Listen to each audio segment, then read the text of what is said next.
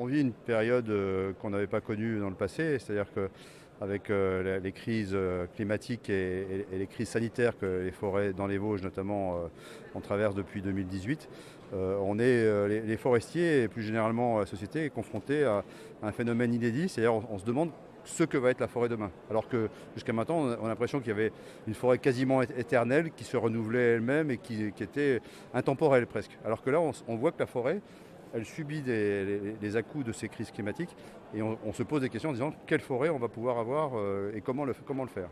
On n'a pas une réponse parce que je pense qu'il faut faire preuve d'humilité. D'abord, la forêt, c'est sur le très long terme.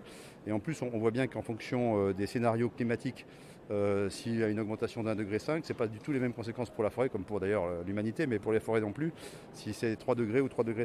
Donc on a 1,5 degré, une forêt qui devrait rester dans sa composition actuelle globalement. Par contre, si on a des augmentations plus fortes, notamment avec des étés plus secs réguliers, là on va avoir des essences qui historiquement ont toujours été là et qui vont avoir de gros problèmes. Je pense notamment au hêtre.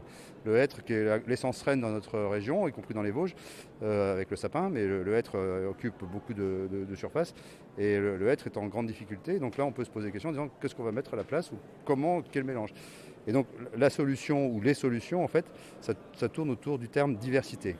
Diversité des essences, le mélange, diversité des structures, c'est-à-dire des arbres de toute taille qui permettent d'avoir une forêt mosaïque, éviter d'avoir des structures trop homogènes et donc fragiles, et puis diversité génétique aussi. Il faut savoir que le monde végétal, naturel, il y a une diversité génétique beaucoup plus importante que dans le monde animal, et donc avoir une régénération naturelle, on peut penser qu'il y aura dans cette régénération naturelle des individus qui auront une capacité d'adaptation à ces changements climatiques.